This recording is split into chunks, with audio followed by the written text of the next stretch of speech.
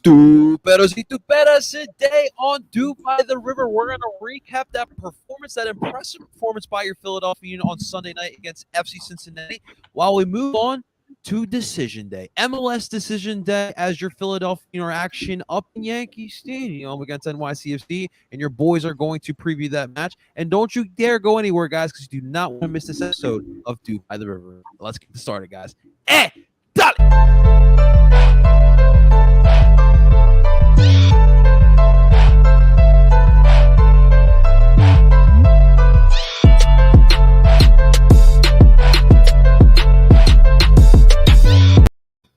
That is right. Welcome, everyone, to Duke by the River, the show where we follow everything Philadelphia Union. We are brought to you by Philly Sports Network.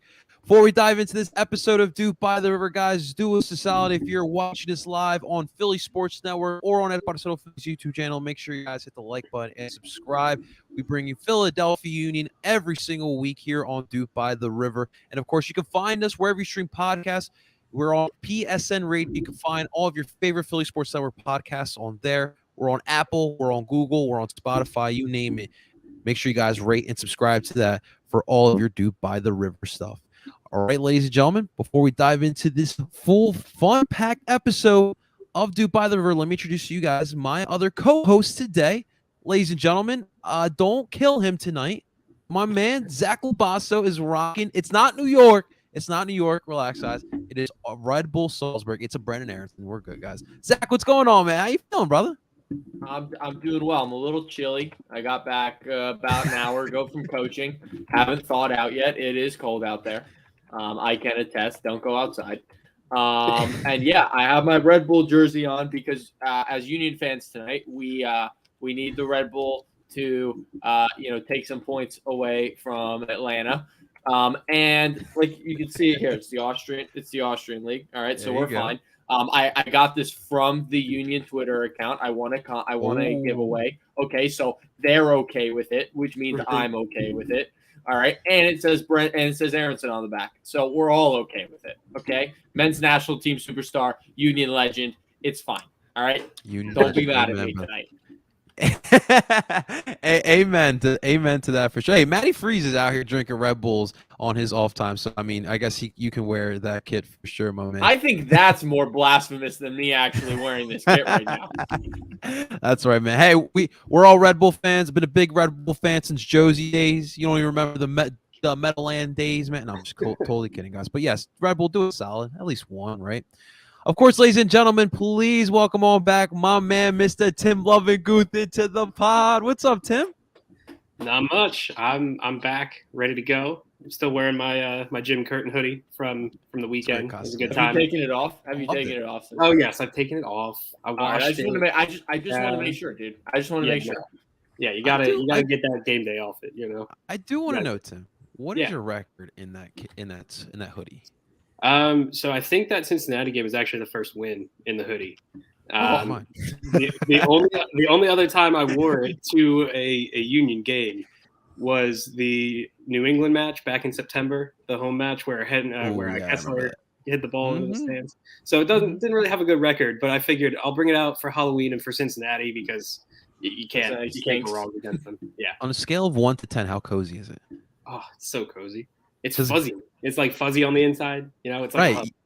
It looks like it, but like obviously, like the people listening on in from the streaming podcast sites, they can't obviously see it, but YouTube can see it, and it does look pretty cozy from where all three of us get a size bigger than you would want because they run a little small. Just so you guys. There you go. Words of advice from Tim Lovinguth. And ladies and gentlemen, let's welcome on in our last co-host here tonight. Please welcome Justin, soccer-specific bald man, Friedberg. Justin, what is the significance of this nickname? And welcome on in, my brother. I mean, listen, if anyone's obvious about it, our opponents for this week don't have a soccer-specific stadium. Don't even have a regulation field. But, hey, as long as Don Garber gets his money, right? That's all that matters. All that matters. This is why we love Justin, man. He's always coming up with the clever goofies, as I like to say, man. It's always good stuff, man. Awesome stuff, guys. All right, obviously we're gonna get to the FC Cincinnati action. We'll look ahead at this upcoming Sunday on Decision Day against NYCFC, but we are moving forward into the Jim Curtin era. And, I always say, like, every year feels like, we're accomplishing more things. Like last year, Supporter Shield, this year, CCL semifinals. And, last year, I felt like a lot of the league started recognizing our players. This year, though, gentlemen, we've been getting some serious accolades here. So first off, I want to start off, guys, by the CCL All 11 that they came out with today. CCL put out the best starting 11 of the tournament. I kind of wanted to go off the starting 11. Two members of our Philadelphia Union made the starting 11. Starting in goal, you had Guillermo Ochoa, of course, of Club America. We saw him here in Philly and obviously in the Leg 1 in Estadio Azteca. The defenders, you have Jesus Gallardo of Monterrey, Sebastián Vegas from Monterrey as well, Richard Sanchez from Club America, who we also saw. Midfield, you have Maximilio Meza from Monterrey, Walter Montoya from Cruz Azul, Alvaro Figueroa from Club America, and of course, Jamiro Montero of our Philadelphia Union. And then your forwards, Federico Vinas from Club America. You have Rogalero. That's a tough one for sure. Funes Mori from Monterrey. And then, of course, Kasper Shabilko, Zach's favorite striker on the Philadelphia Union. Guys, 2 Union members on this starting 11, man. That's pretty impressive stuff. Zach, what did you think, man? Obviously, you have a certain opinion. Well, okay, so obviously Kasper was the leading goal scorer, so he deserved to be in there. And I'm all for all the accolades this man's getting, because that just means that teams are going to want to buy him, which means he's not going to be on the Philadelphia Union next year, which I am all for. Get him out of here, sell him for like $3 million, and then bring in a DP forward who's gonna bag a bunch of goals. PJ, by the way, this is a Brendan Aronson Salzburg jersey, so it's all good. I don't have to burn it. It's fine. Okay, it's cool. But yeah, keep giving. They can give Kasper all the. He could win MLS MVP for all I care, and I still want him out of here. So, yeah, it's just all about the transfer fee and us getting as much money as possible. Timmy? Yeah, I mean, having 2 Union players on a CCL best 11, like, would you even have imagined it when we made CCL this last year? I don't think I would have. I think the semifinals was a reach, and I mean, they got there. They played pretty well against Club America in the second leg. First leg was kind of god awful down in the Azteca. And Jamiro didn't even play in that game, and he's still on best 11. So there you go. I mean, I don't know. Jamiro's been up and down this year. The last few, I would say, like month, he's really shown that he wants to win with the Union. Whether or not this is his last year, I still am leaning towards. I think this is Jamiro's last year with the Union. Just seems like he wants to go back to Europe, back home over in the Netherlands. So we'll see if that happens. But yeah, I mean, Kasper's on there because he won the Golden Boot, so that's why he's there. And yeah, I'm with Zach. I think you could see that transfer fee go up. I wouldn't be surprised if some teams called. Right. No, I wouldn't mind that. Tim, you know what's crazy too? Jamiro did miss that first leg as well. Yeah. Down in the Azteca, and still made this starting 11. The Saprissa game, the Saprissa series in general looked really good.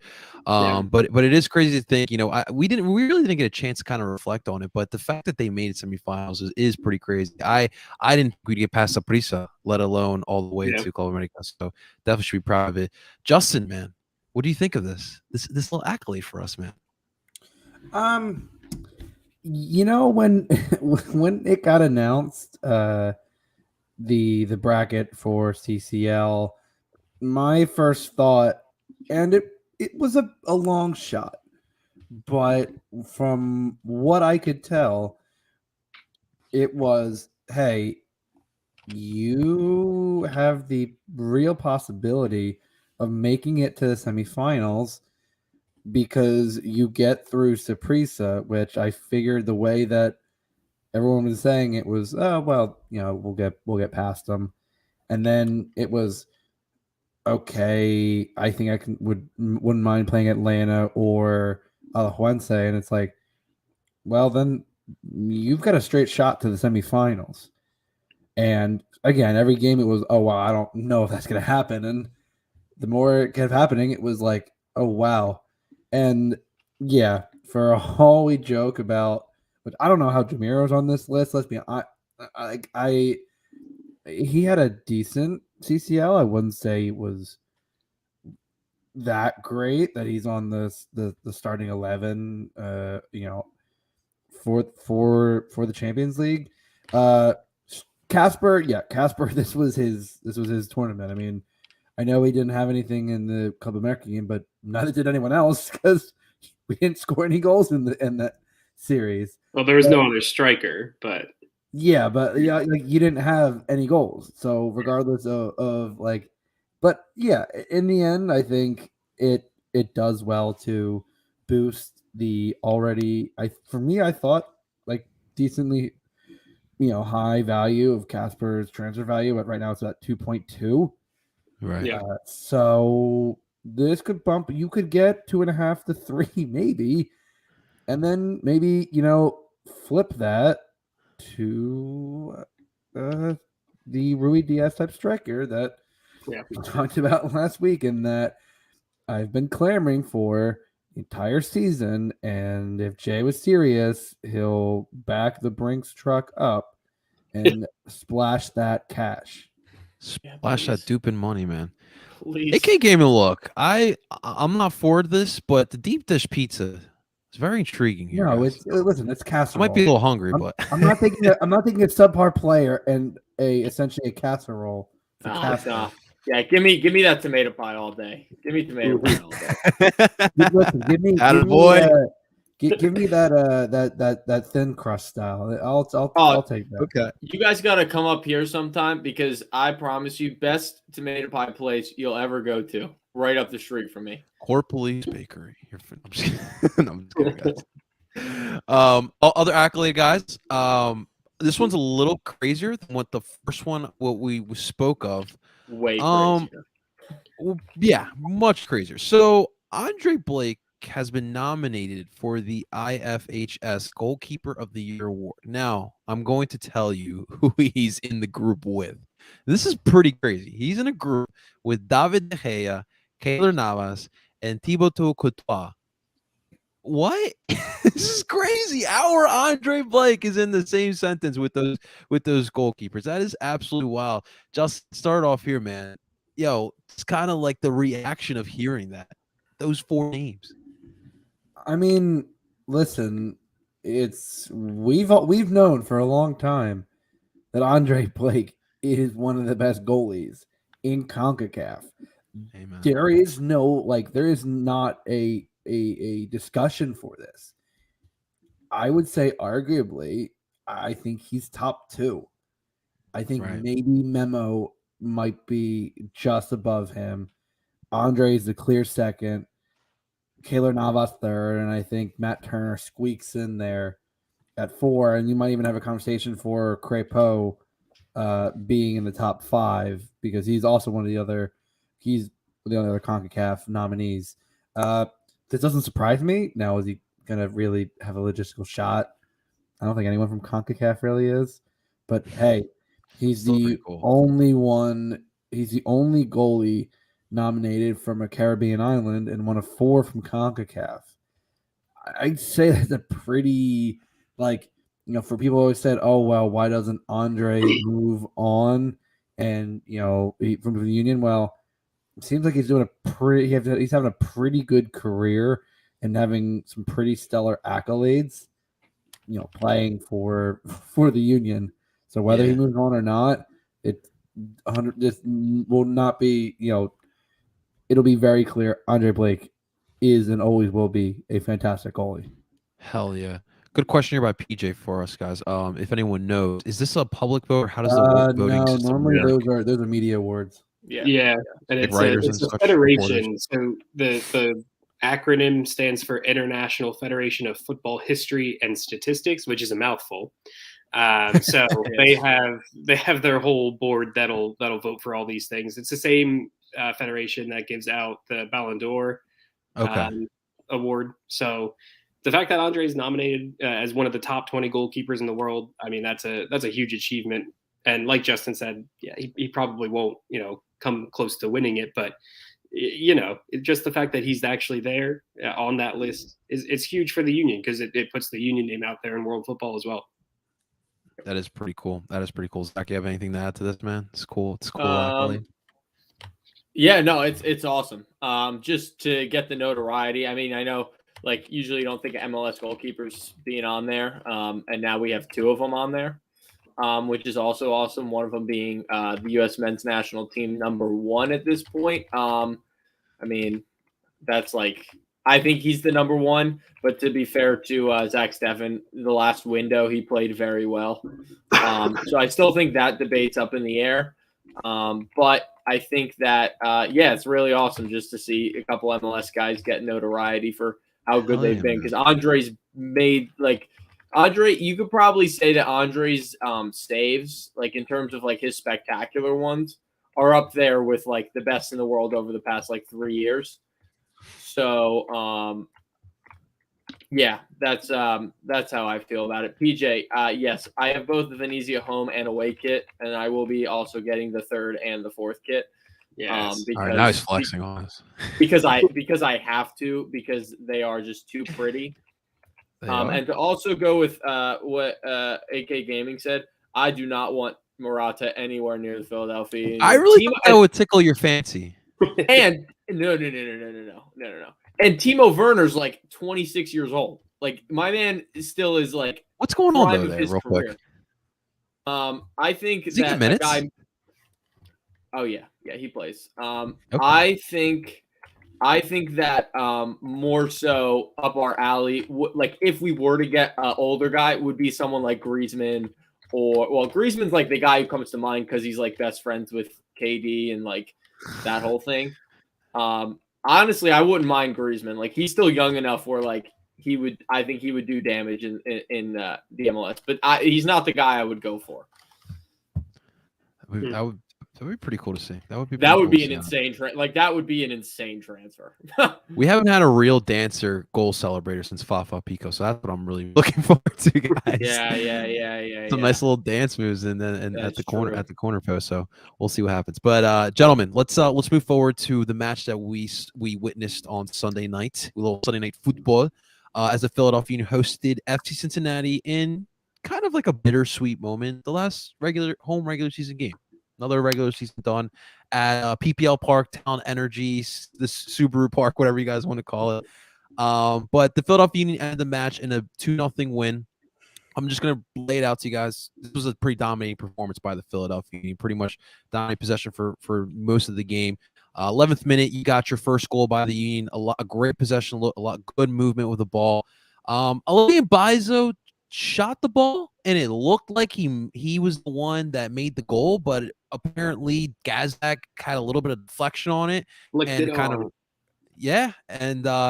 got awarded the goal. So the Union were up early 1-0.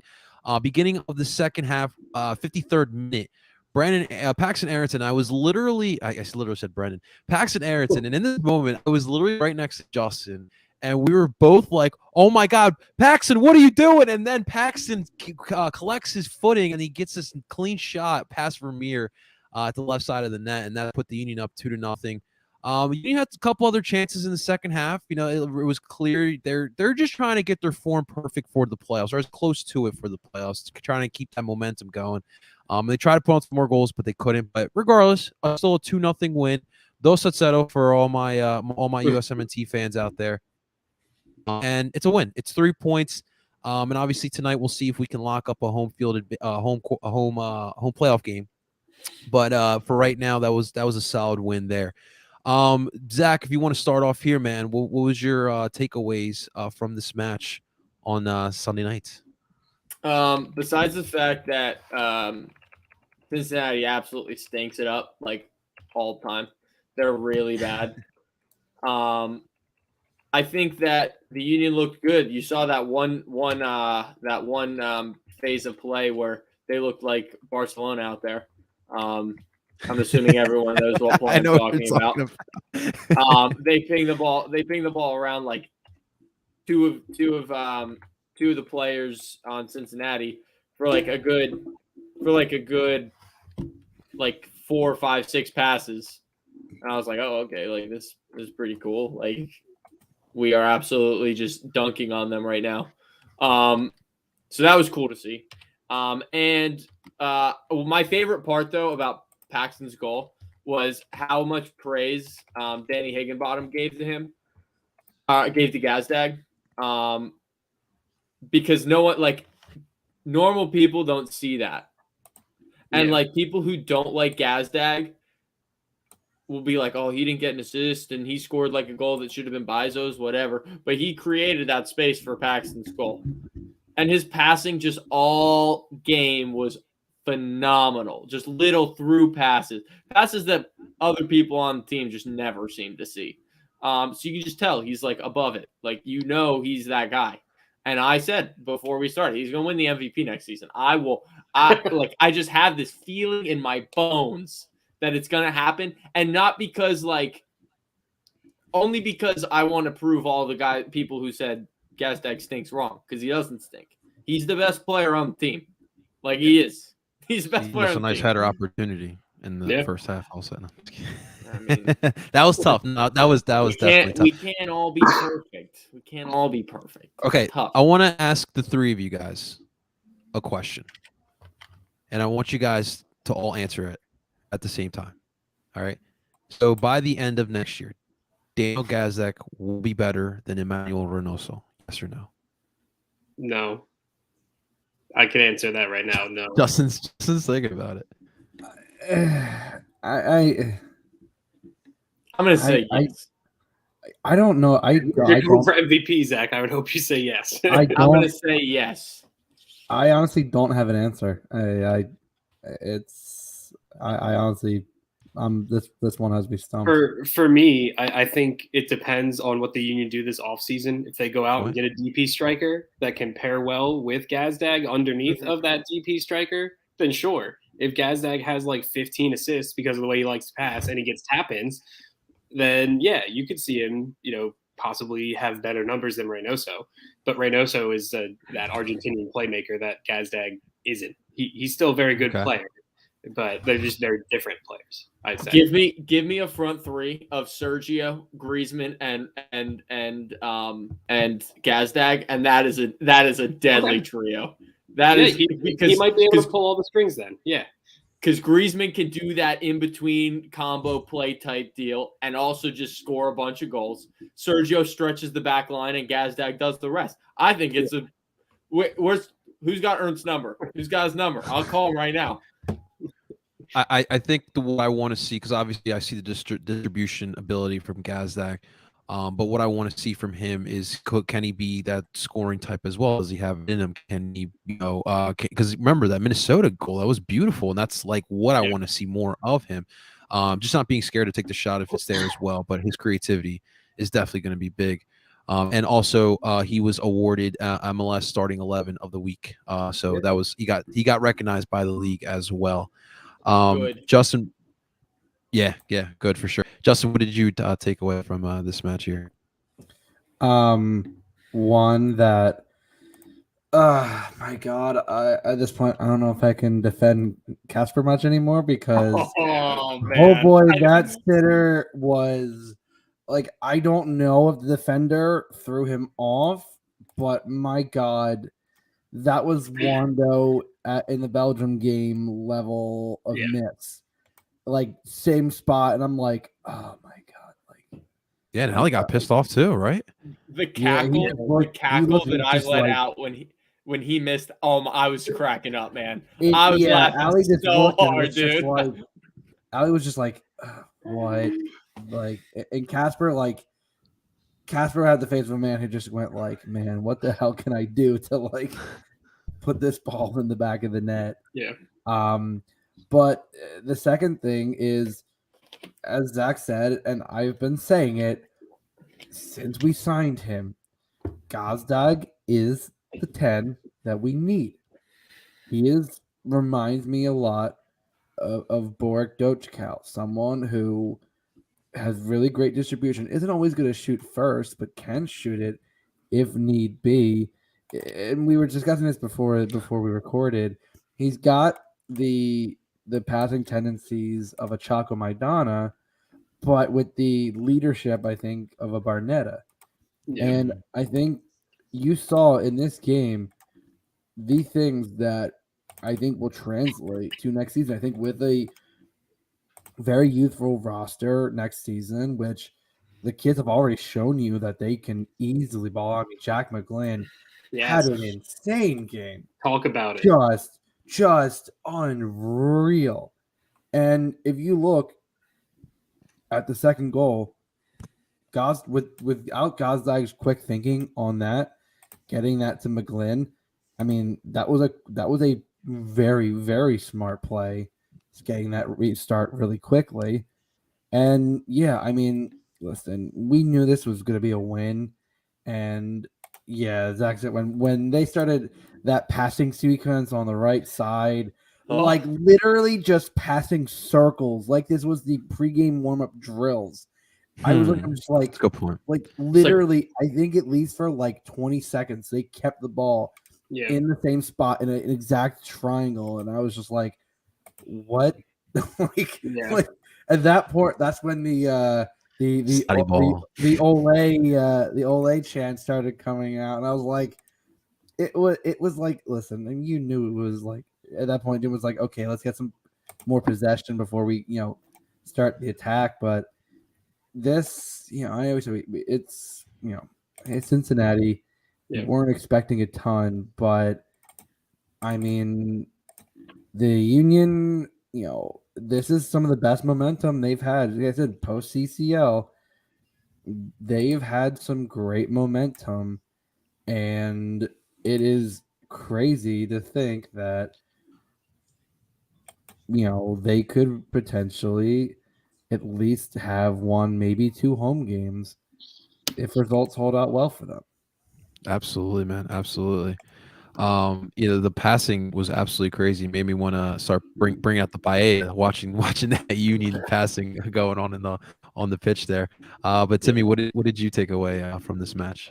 My biggest takeaway was Jack Mcglynn, and just we've seen it in spurts, his ability to pass the ball, but you can kind of tell now, I think, that he is going to be a legitimately pushing for minutes now, starting into this playoff run and for next year. He's an 8 who can actually advance the ball forward and find that pass.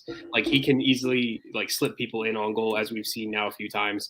He combined really well with Gazdag, and I think if they can get some chemistry going, then you kind of think of Mcglynn playing sort of in the Leon Flock role and having Flock move down to the 6, because then Flock would be more comfortable, and you have someone who can actually advance the ball forward in the attacking third and find someone. Speaking of which, and someone who's not going to take 60-yard long shots. I remember saying to someone at the Minnesota game, like they were scared when he was lining up for a shot, and I said, "Don't be," and I said, "Why?" And he did what he did, and I said, yeah, if number 8 ever gets on the ball, it is never going near the net. Yeah. You know who should be scared? The people behind the net. They should be scared. Yeah, but they should be very afraid. Can I say that Jack Mcglynn must be working on volleys at practice, because his form on all the shots was perfect. He was literally both times a half inch away from putting that in the back of the net.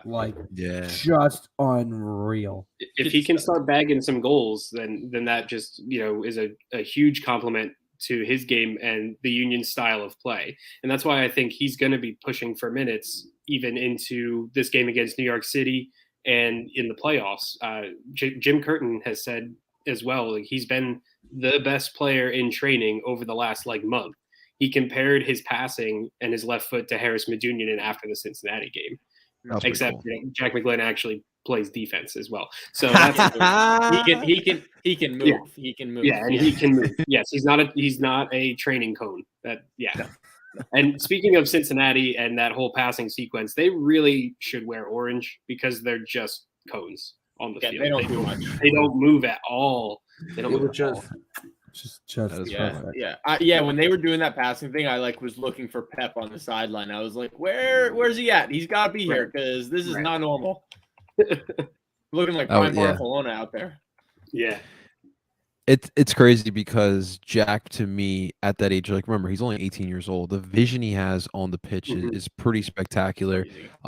He's a wizard out there. The way he makes his passes and the deception he likes to do too. Like, he's that smart, like faking that he's going to pass to someone, using his hips and using his eyes and passing to someone else, creating plays for other people. It's truly remarkable. He should have had that goal in like the first half. It literally missed. Oh yeah, again that volley, was carbon copy almost of the one in the second half. The difference is he didn't volley it. Yeah. And one more point to PJ's point. And Justin, we talked about it in the stands. It just doesn't feel like he knows how to shoot from distance. Either it's like this low shot that's got some speed, or it's just like a field goal, or right? he's like he's trying to like. I think like I think he takes too many touches because it's like he could take one touch and fire it, and like he's had some half decent shots when he takes maybe a touch, but the more touches he takes, he's just like, oh, I gotta put everything into this. So he blasts it, and then if you're behind the net, you are ducking for cover. Yeah, because that's a heat-seeking missile, and it's just like holy shit. It's pretty impressive stuff. Seeing Harris again. Oh man, that was that it tugged first at your time back in heartstrings. Sub, right? Or talent, I guess played in talent. Yeah, that just tugged at your heartstrings. Like after everything he did for the club, just like you can't boo him. Like that Harris was just not at all left on such good terms too. It was like could not say a bad thing about the city, and it's clear. I mean, after the game, he switched jerseys with Paxton, which I can say that Harris put it on. It looked like a crop top on Harris. The size difference between the two, and I'm like, I think I looked at Tim. I'm just like, it's wearing a crop top right now. That is pretty funny. It was pretty dope. This group of fans that brought the sign. I don't know if you guys saw. I think that was like section 102 or 103, something like that, on the left side. If you're at the river's end, it's on the left side. They brought a sign. It's like pretty much saying like, "We miss you, Harris," and that's kind of the impact Harris left here on Philadelphia. He wasn't a man of a lot of words, but he worked his butt off and he let his play kind of talk for it. We'll always love him here. And I think the biggest impact, and I don't think it's spoken about enough, is the effect he had on the homegrowns, on the youth. The Very true. biggest thing that Brendan said was, I believe he roomed with Harris in 2019, and like he said that did a lot to help like instill, because Harris, like, listen. Harris knew he wasn't fast. He wasn't, but he knew he had a great soccer IQ. Yeah, he knew how to, and he was tough on teammates, but not in a I'm calling you out unfairly. He made sure to tell his teammates like to go sit down with them and go through it. And if the young players asked for any information, like he was always willing to give it. Yeah. And I think that's the sign of a true veteran leader, is someone who understands that, the best thing you can do is to help grow the young players. And you can see Harris's impact up and down the youth of this roster. And it can't be spoken for how, for as much as Cincinnati is a tire fire, they do have some young talent. And it is key to have someone like Harris in that locker room. No, Harris kind of even spoke about that actually after the game. He was asked a few questions about like what Cincinnati can be, and he kind of brought up Albright and how like Albright's going to have this new philosophy, and like we as players like need to really buy into it, and like the youth has to play a factor, and these kind of things. He brought up his time in Philly, like, and how that all worked and came together, and that now you're seeing the Union get better year after year. He was kind of saying he was hoping that that sort of thing happens at Cincinnati. Now there's a lot of work to be done there for that, but Harris was uncharacteristically talking after the game about those kind of things, which I thought was kind of cool to see his perspective of. That is pretty cool. Yeah, I would expect Albright is going to use Harris in the future there for what they are trying to build over Cincinnati. PJ, I think he's got something going on with Cincinnati. I think they want to keep him around. And coach here. I mean, I'd have him. I was curious. Yeah. Could that be his next step in his career? I mean, moving on. He would easily be able. I think that his step, and if he wanted to, like other Union players, is to be an academy coach. Yeah, I think. Yeah, for sure. That's what a lot of the former Union players have started to do, and I think having people like that to instruct the homegrowns to the kids that even if they don't make the Union roster, they can maybe they go to college, go to the USL roster. Like at the very least, they're going to be good players. They're going to understand the basics, and I think having someone like Harris would be a pretty good thing in the academy if he decides to want to be a coach. Absolutely good stuff there. Before we move on to NYCFC, I wanted to say thank you, congrats or good job to the Union. That Ted Lasso stuff with Kevin Casey was priceless. Awesome. It was awesome. He did a great job. He kind of looked like him. He knew the little things that Ted Lasso says, and that moment with Jim and Ted Lasso is pretty funny as well. So thank you, Union. That was good content, as you guys always do. Gentlemen, next up, final regular season match of our 2021 campaign, and it's not an easy one. Our Philadelphia Union will be traveling up to New York, to the BX, the Bronx, going to Yankee Stadium again.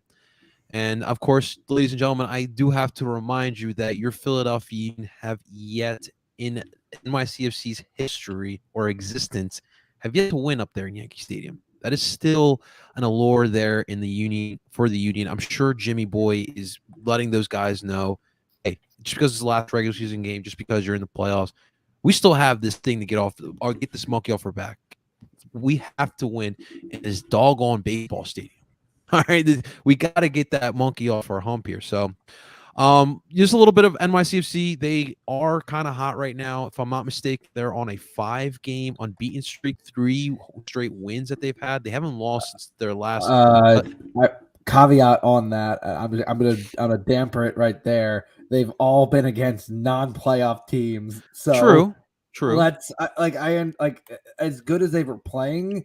It's the same that I like to put in that context because and their last 2 games against teams that are currently in the playoffs right now, they drew Atlanta and lost to Red Bull. So those are the last 2 games against playoff teams that they've played there. Although I agree with the quality of competition has not been good. Any team that gets on a roll in this league, it definitely can be contagious, and they have confidence right now. And Tati Castellanos, look, we all hate him, right? we all can make a podcast episode about how much we hate Valentin Castellanos, but the dude is on fire right now. And there's even talks of MVP with Mr. Castellanos, which is crazy to think, but that is the case. So that's what we're dealing with right now. We're just dealing. It's a team that's got confidence right now, right? And when you're talking about us not having the success in Yankee Stadium, this is definitely going to be a tougher match than we kind of anticipated. Yeah, the Union probably have the 2nd seed locked up, but this is the MLS. This is a road match in a spot that we're definitely not good. We're not usually comfortable in. So, Zachy, man, I'm gonna start with you. So, how are you feeling about this match going into Yankee Stadium again, man? Here we are. I feel like coming off of the win against Cincinnati, I feel pretty good about the game this weekend. I'm not really scared of New York City. The field scares me more than the team. That's a good point. Yeah, but yeah, I don't see any reason why they don't go up there and get 3 points and solidify their spot in the standings. That's a good point, man. That's a good point. Tim, how you feeling about this upcoming match? I mean, Zach kind of hit the nail on the head. It's really the field that is the biggest factor in that. Any restart is essentially like a long throw in or a corner kick. It really doesn't matter. And if there's a turnover in the middle of the field, it's pretty much a chance on goal. So, for the Union, it's limiting that and also being the team that presses better than New York City and presses them into mistakes. If you can play your game the way the Union like to play their game, no matter the formation at this point, because it's shown they can play the Christmas tree or the 4-4-2 diamond pretty well, and still press. If they can do that, then they should be able to get the 3 points. And it's sort of like a character game, right? Because you've never won there, and it's a team that is fighting for their playoff lives and is going to be in the playoffs because they made it in, thanks to their little streak right here. So, yeah, it's a character building game. If you can get the win, and then you have like a 2-week layoff before the first round of the playoffs because of the international window, then you're kind of feeling good. You definitely don't want to lose this game.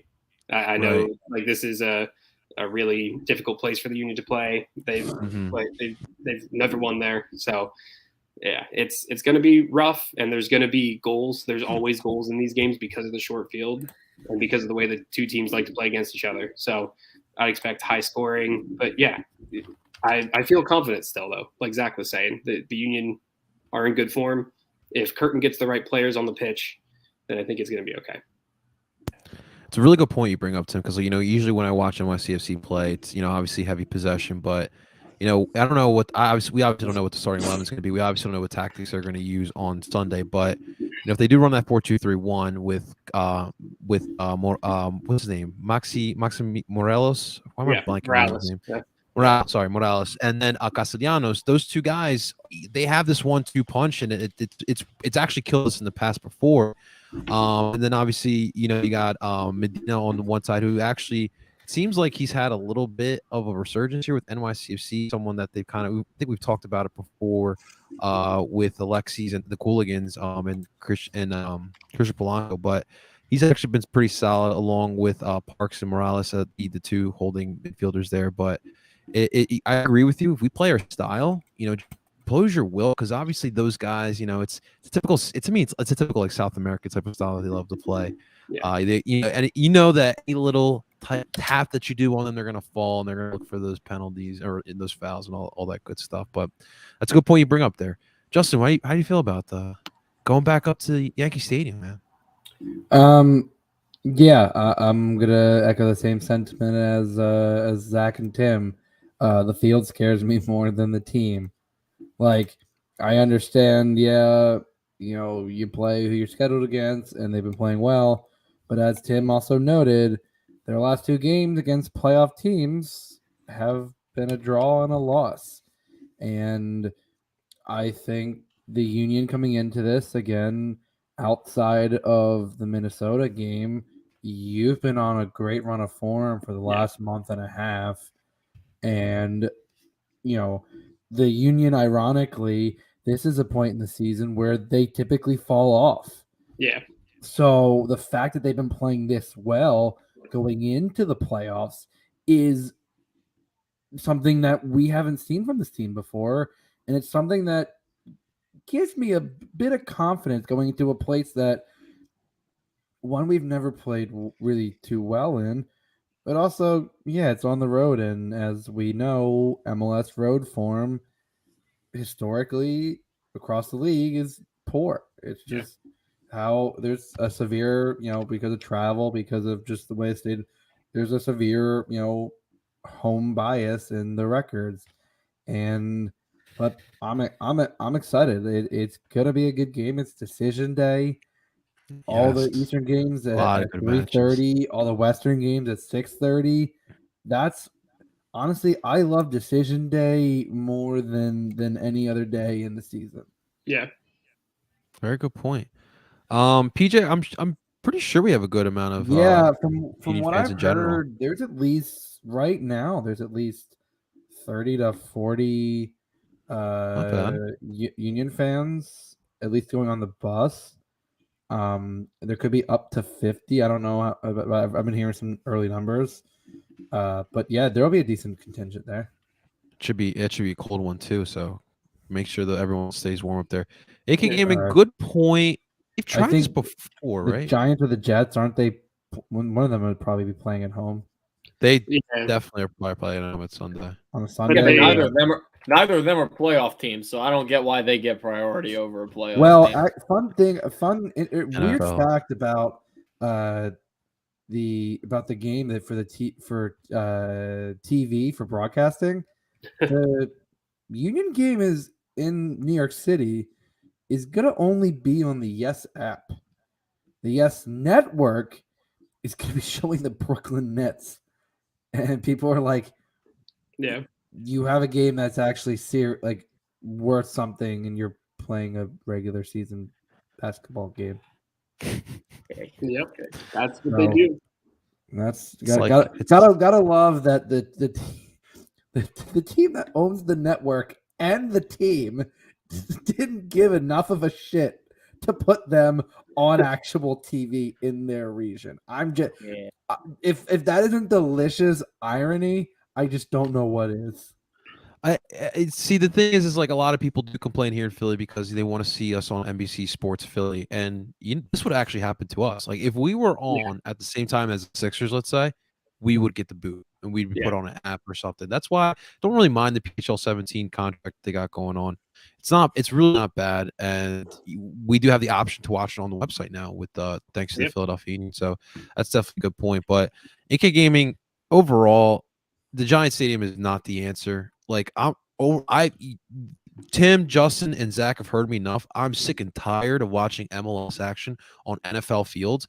Yeah. It only works in Atlanta, but other than that, like I just don't need it. Like I'm sick and tired of watching yard lines. Like I shouldn't have to see the end zone in an MLS game. Nashville's works because they actually get a decent crowd. It's the Revolution that frustrates me because Bob Kraft could spring for a soccer-specific stadium. We all know it. For sure. So, sir, yeah, it's really weird.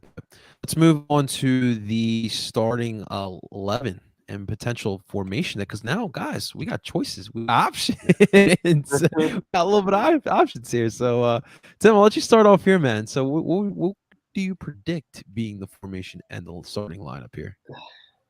I mean, so we didn't even talk about it in the Cincinnati game, but Corey Burke did come back. He had that like 20-minute, substitute appearance. Didn't really do much. The game was over at that point anyways. We thought maybe he would be able to do something. He's just kind of getting his legs under him. At this point, I don't know if you would risk him in this game. We already know the Union are going to have a playoff game. By the end of tonight, we might know if they have a home game. Red Bull and Atlanta are tied 0-0 in the 54th minute right now. So, I'm rooting for that.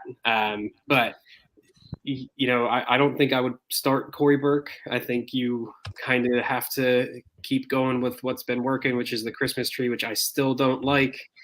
But it's been working, and it's Jim Curtin, and it's just going to happen. Even on this small field, it's gonna be what it is.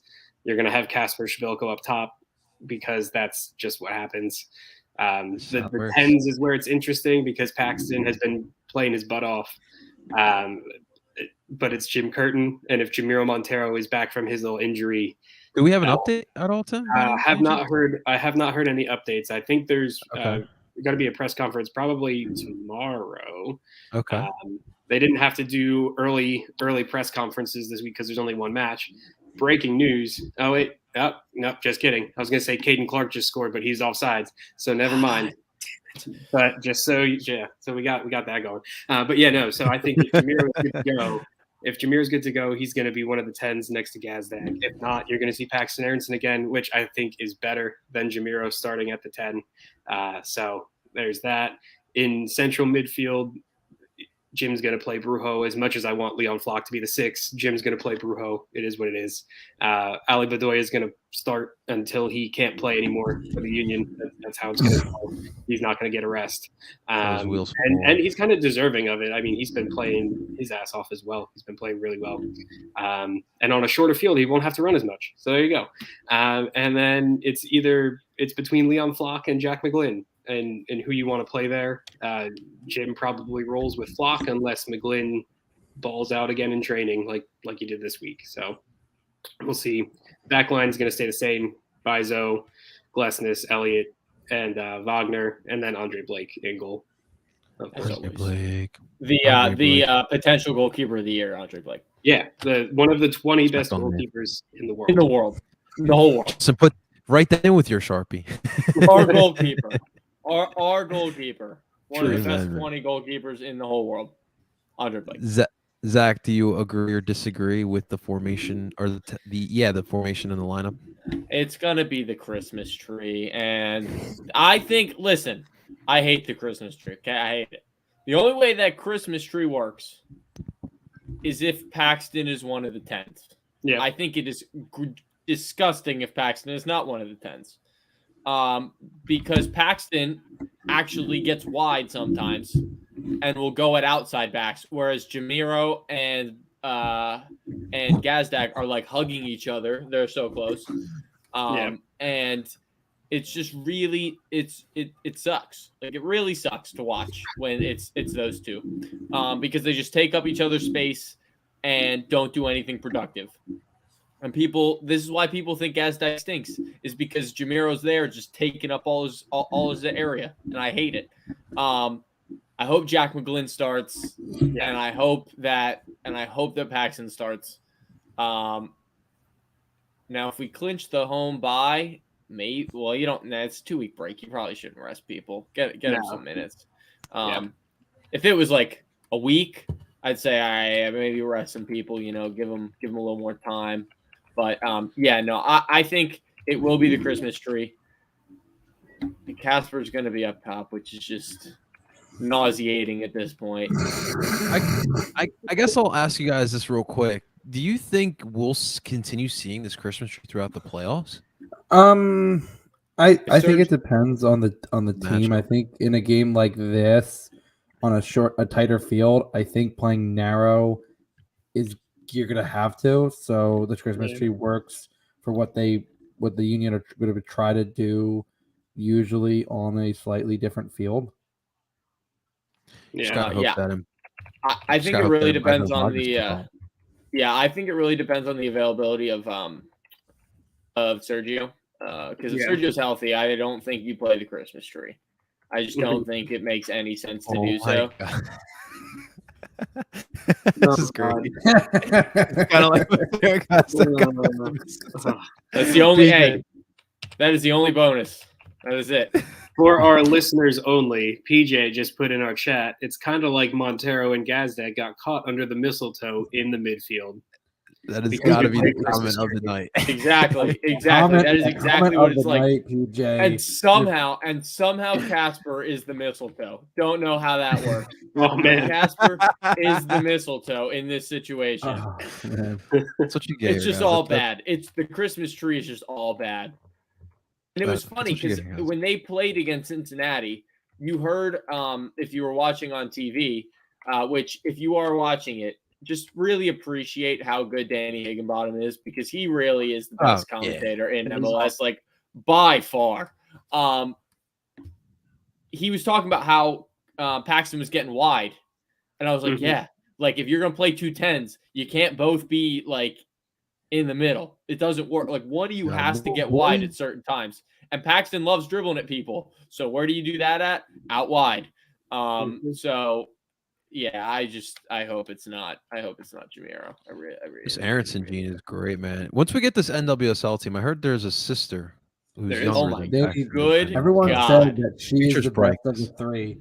Yeah. No way, dude. No way. No, like it. Even Rush, even their dad said like, "Oh my god." She like you think Paxton is a little shit being like aggressive and like they said no. the youngest, the sister is like relentless. Even Brendan said like, yeah, she pushes really, really tough. How old is she? I think she's gotta be like 12 or 13, I think. All right, Oh my come on. We good. got to get We got rolling, guys. time. I need her on my team. Come on. NWSL to Philly. Let's go. Yeah, Please. please, like Please. now, like I need Yes. it. We It's can't been let her so go into long, Gotham City, dude. okay? We Yeah. need her Oh, here. dude. By the way, still the best name, like of all, like one of the Yeah. best names ever. It's so awesome. I Should we love be it. called Sisterly Love FC or something like that? Like something like that's not Ooh, like I'm for Philadelphia. Yeah, I want something. Yeah, because I agree, that's creative, but I can't give them credit. That's because I know it's gonna be our rival when we come to NWSL. Dude, Yeah. it is the best name. It is the best name. It is, but regardless, let's get back to track here today. One day we'll be covering that NWSL team. But I want some predictions, guys. Justin, you can start off here, my man. What is your prediction here for Sunday's decision day match between these two? I think it's gonna be, these games with NYCFC are always very back and forth. Like there's a lot of up and down because you have two teams that I know NYCFC likes to possess the ball, but they can just as easily, with the guys they have deep in midfield with Keaton Parks and Alfredo Morales. You have two guys that can easily bring the ball up and play through balls, and you have guys in the front line that can run. I mean, it's going to test the back line. I do think in the midfield, I was going to go bold here and go a Mcglynn, Leon, and Ali midfield. Yes. You are bold, my friend. With the Christmas tree of Gazdag, Paxton, and unfortunately Casper. Let's go. That would be a perfectly wild formation, but I'm absolutely here for it. I think NYCFC scores first. I think it's an ugly goal. But I am confident in saying that I think the Union will win 2-1. And I think I'm not going to predict who gets the winner because we all know our predictions of scoring have not come true remotely. So I'm going 2-1 Union here. I like PJ's prediction here. The ghost of Fafa Pico comes back. Hey man, Houston's done right there in Montreal. They're losing 2-0 to Montreal right now. Let's get Fafa out of Houston, bring it back to Philly. Dude, I please. miss Fafa. I love Fafa, man. He was Tim, so good. Did you see something he said that someone considers him a defensive winger, and I tweeted that. I said, Fafa, who considers you a defensive winger? Because certainly none of us did. Please let me know. Yeah. Nah. Tim, what do you think is gonna happen? I'm kind of with Justin. 2-1 is sticking out to me for a Union win here. And Justin doesn't like to put names on the goals. I'm going to do it because obviously. Good God. Tati Castellanos scores first because it's New York City and it's Tati and he's going to score. And then, I think Gazdag is going to do well with this short field. There's going to be a few quick transitions and some turnovers. He's going to kind of get on the ball and he's going to score a goal like he did in Minnesota. I think he's going to get one like that. And then your winner, of course, who else but Kasper Shabilko, because he hasn't scored in a while. Just because Zach doesn't want him to do anything. Listen. I'm cool with it as long as it raises the transfer fee. That's it. It would. Because it would lock the Union at the 2 seed, I'm pretty sure, if we get the win. And you know what else? I think that we've gotten enough, like, the people who used to like Kasper, I don't think like Kasper anymore. I think we've converted everyone. I don't think there's anyone that thinks Kasper's a good striker anymore. Just too streaky. He's too streaky. He'll be on that good run of form where he'll get a tap in and he'll get like one good goal in that streak, and then he'll miss all the sitters. And it's that sitter, the sitter that he missed. Yeah. The sitter that man missed against Cincinnati. I laughed so hard. It was awesome. That doesn't even happen, man. That doesn't even happen. Zach, what do you think is happening? I also think 2-1. I'm right there. Clean sweep, baby. I think 2-1 as well.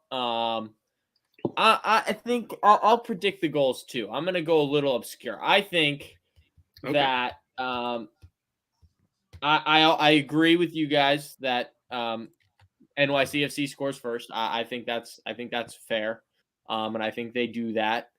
But I think the goals will come from. I think we'll score on a corner. Okay. From Glesnes. I think Glesnes scores on a corner. Getting really technical here. All right. And then I think the winner comes from Sergio Santos if he's healthy, if he plays. If he doesn't play, Corey Burke off the bench, game winner. Yeah, I'm for it. All right. Be a great way to come back. That'd be awesome. That'd be pretty awesome. I think we're going to win as well, guys. I think a 2-1 is why. It just kind of feels that way to be a 2-1 game. Yeah. But it is important, man, to just get this monkey off the back. I'm sick and tired of talking every episode that we have to preview Union up in NYCFC and talking about that we've never won at Yankee Stadium. Like, it is time.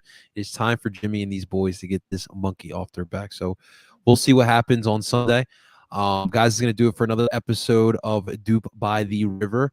If you guys are going to be out there in Yankee Stadium, please take care of yourselves. Dress warm, be safe out there, represent the club well as you guys always do, and bring back a W. Bring back a W for sure. Ladies and gentlemen, before we depart, make sure if you guys are watching this live on Philly Sports Network or on Barcelona Phillies YouTube channel, make sure you guys hit the like button and subscribe. And of course, this episode of Dupe by the will be on PSN Radio, and you can find that wherever you stream podcasts. From Apple, Google, and Spotify. You can find it on PSN Radio. You can find all of your favorite Philly Sports Network podcasts as well. Ladies and gentlemen, that is Zach Labasso with the Red Bull Salzburg jersey. We got Tim Loveguth. We got Justin Soccer Specific Ballman. Of course, I'm in Barcelona Philly, and we're telling you guys to Dupe on. Talk to you guys next week. Go Union!